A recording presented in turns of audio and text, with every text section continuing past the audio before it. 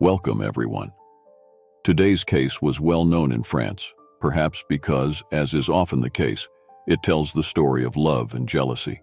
It's late evening on December 4th, 2013. Deborah Houpin, 23, is waiting at home for her fiancé, Carmelo Castronovo, to return from work. He works at the Neuhauser Industrial Bakery in Folschviller, France, Moselle Department, a dozen kilometers from home. He had a later shift that day, which ends at 10 p.m. Deborah lives in the small town of Les Villers, in one house with Carmelo, his parents, and several of their relatives.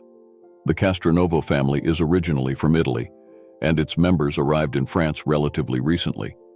It is natural for them to live together more than one generation, as this is how things are done in their homeland.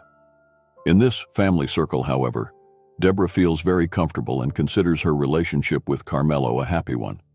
Her happiness is made all the greater by the fact that their child is due to be born in a few weeks. 27-year-old Carmelo is also very happy and can't wait for the baby. It's 10 p.m. when Deborah gets a text message from her beloved. "I'm on my way, baby. I love you." Deborah expects her fiancé to show up at home within half an hour. Since for his Italian family, having dinner together is almost a sacred thing, everyone else is also waiting for Carmelo to show up. It's 11:15, the food has long been ready, and the whole family is sitting around the table.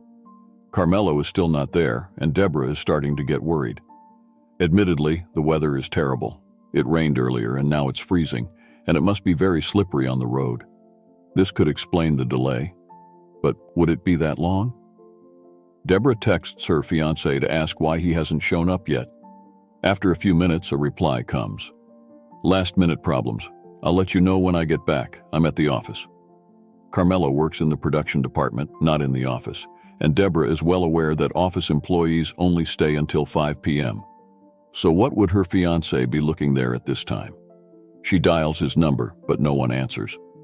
Other family members are also concerned. This behavior is completely unlike Carmelo, who always comes straight home from work. In addition, he doesn't drink, doesn't hang out in pubs with his friends, and isn't in the habit of wandering around the neighborhood in the evenings. His father and brother decide to find him. They get into a car and take the same route Carmelo takes when he comes home from work. They assume that his car is broken down or he has had some kind of accident. The thick fog makes it difficult to see, but the men carefully follow the roadside. They cover the entire route there and back. Carmelo's car is nowhere to be seen. With this information, they call Deborah. She is frightened and confused. She can't understand why Carmelo doesn't answer the phone when he certainly knows how worried she is now. Deborah's nervousness is so strong that she feels like labor pains have already started. She writes about it in a text message to her fiancé, adding that she will probably have to go to the hospital.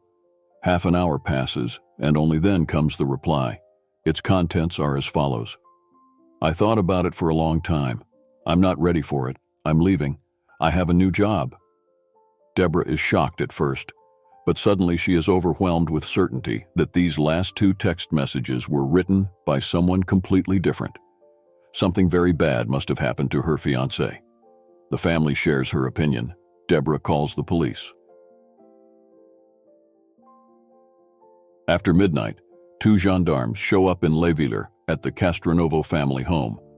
After an initial conversation, the investigators suggest that Carmelo disappeared of his own accord because he was frightened of his responsibility, which, after all, is clearly evidenced by the contents of the message he sent. Deborah insists that this is nonsense, as her fiancé was very much looking forward to having a child and impatiently awaiting its birth. The fact that the sudden escape does not fit Carmelo at all is also confirmed by his parents. Because of the family's suspicions, the gendarmes decide to make an identification attempt themselves. They make a phone call to Carmelo from the service phone, but no one answers, despite several attempts. They decide that the case is indeed strange, but it is still necessary to wait for further developments. The officers ask Deborah to find out the next day if her fiancé showed up for work. That night, neither Deborah nor the young man's parents are able to sleep. The next day, what Deborah had sensed is confirmed. Carmelo does not show up at work. Besides, no one, including his employer, has any news from him, and no one is able to reach him. In this situation, the gendarmes spring into action. Quite quickly, they manage to obtain data from the cell phone operator. The logging record of Carmelo's phone indicates that the previous evening the man left the factory at around 10 p.m. and immediately drove away from the parking lot. For the next quarter of an hour, he took the usual route home, but suddenly there was a change. He stopped for a while, and then, according to the data, started moving in the opposite direction. The last logging took place near the village of Val Ebersing, which lies on a side road, which doesn't fit the route at all, while Carmelo's phone has remained off since exactly 1:50 a.m. The case seems very puzzling, especially since it is clear from conversations with relatives and his supervisors that the missing man had no enemies, was not in conflict with anyone, had no addictions, financial problems, or any secrets. On the contrary, everyone stresses that Carmelo was calm, valued family life, and was well liked at work for his kindness and willingness to help. However, in the course of conversations with Neuhauser's bakery employees, something interesting comes to light.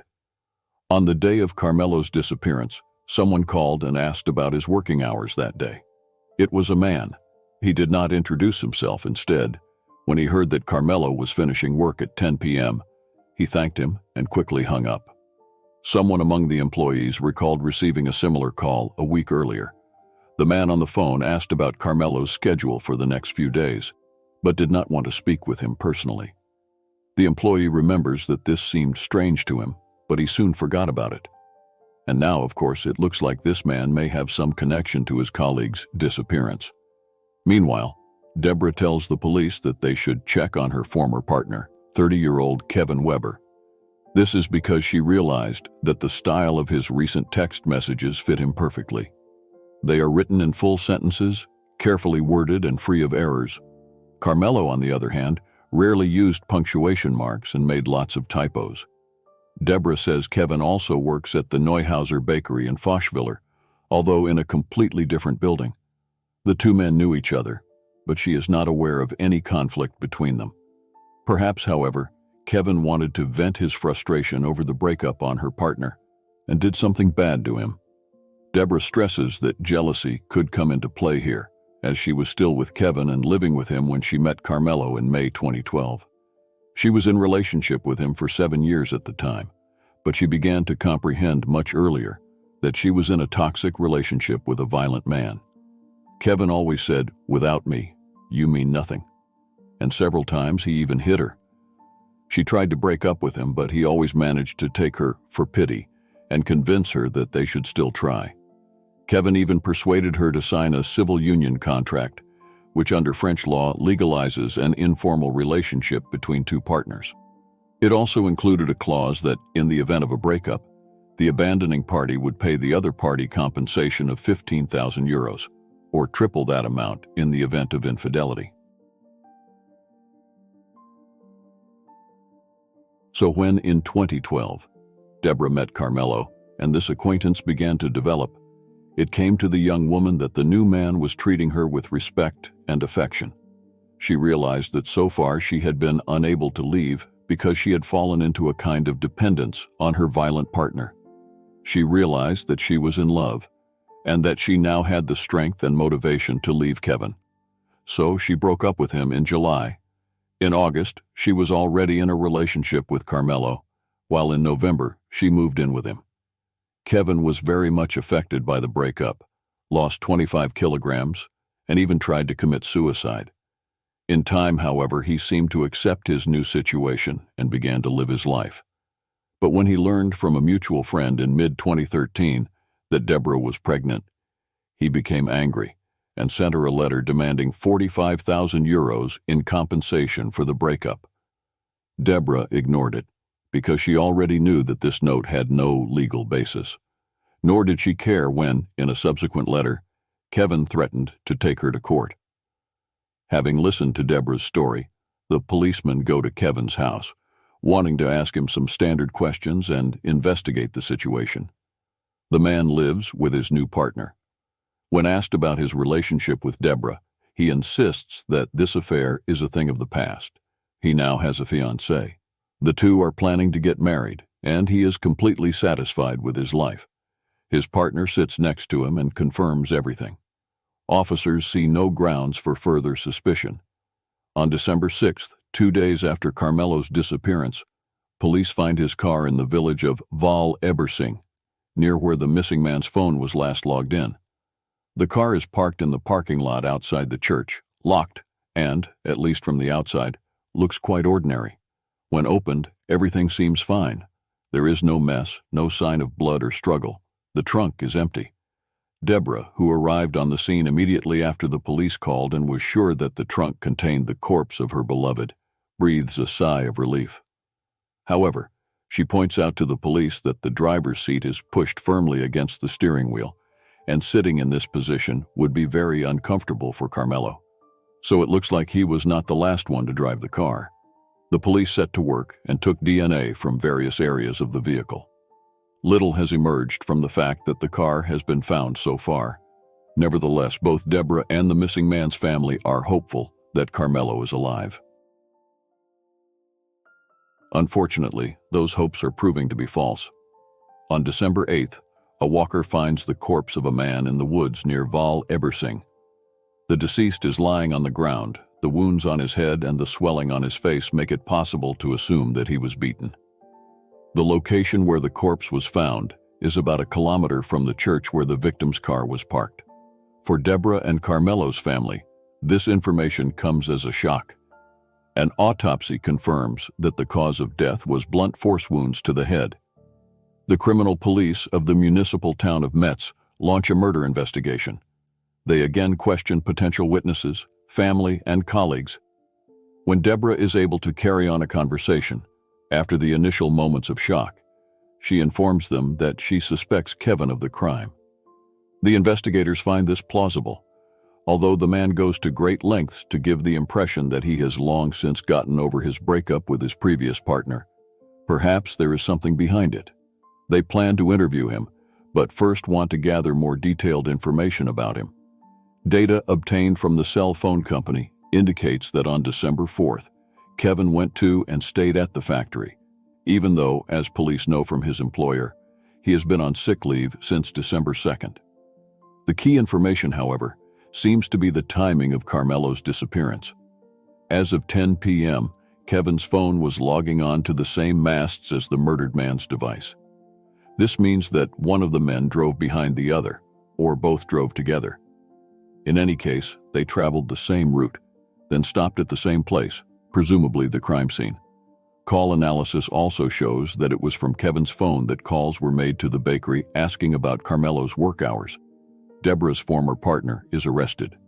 During interrogation, he denies everything and insists that he spent the evening with his fiancée, after which they both went to bed. However, Kevin's partner, taken to the police station at the same time, learns there that her fiancé is suspected of murder. The woman is horrified. She then testifies that on December 4th, Kevin left home around 9 p.m. and returned at 2 a.m. He asked her to wash his pants, which were soiled with mud, and then scrubbed his sneakers for a very long time. When she asked where he had gotten so dirty, he replied that he had found a dead deer on the road and decided to pull it off to the side of the road. This information turns out to be very relevant to the case. In Kevin's car, the police find a blue warning light used by the police inside the trunk, other than that there are no traces of blood or anything suspicious. However, in the victim's car, Kevin's DNA is found on the steering wheel, on the gear stick, and on the door handle. This fact the arrested man is unable to convincingly explain, but insists he had nothing to do with the crime. Investigators suspect what the course of events may have been. When Carmelo left work, Kevin was waiting hidden nearby. He followed him, and after he had traveled several kilometers, he turned on the warning signal set on the roof. He then drove closer, and in doing so forced Carmelo to stop at the side of the road and presumably get out of the car. The man didn't realize it was a trap, and by the time he recognized Deborah's former partner, it was too late. Kevin hit him in the head with a heavy tool and perhaps stunned him. Then he kept hitting and dragged the unconscious man deep into the woods. He got into the victim's car and put it down in the parking lot outside the church. Carmelo soon died of his wounds. The perpetrator's motivation was revenge. He believed that his rival had taken Deborah from him, so he blamed him for his humiliation and defeat. As Kevin continues to deny guilt and fails to answer specific questions, investigators are preparing for a circumstantial trial. It begins in October 2016. To the surprise of the prosecution side, already at the first hearing, Kevin admits to killing Carmelo Castronovo, although he has his own version of events. He claims that he wanted to just talk to him, but Carmelo unexpectedly attacked him with a hammer, which he had taken out of his car earlier. Kevin allegedly then snatched the hammer from him and hit him, thus acting in self-defense. This blow triggered his anger, and that's why he continued to inflict blows. However, the defendant stresses that he acted in the heat of the moment and did not plan the crime. The court does not give credence to these explanations. After 4 days of trial, Kevin is sentenced to 25 years in prison for premeditated murder. Carmelo's daughter was born on February 2nd, 2014, and unfortunately, she will never have the chance to meet her father. If you like my channel, please like or subscribe. Thanks for listening. Goodbye.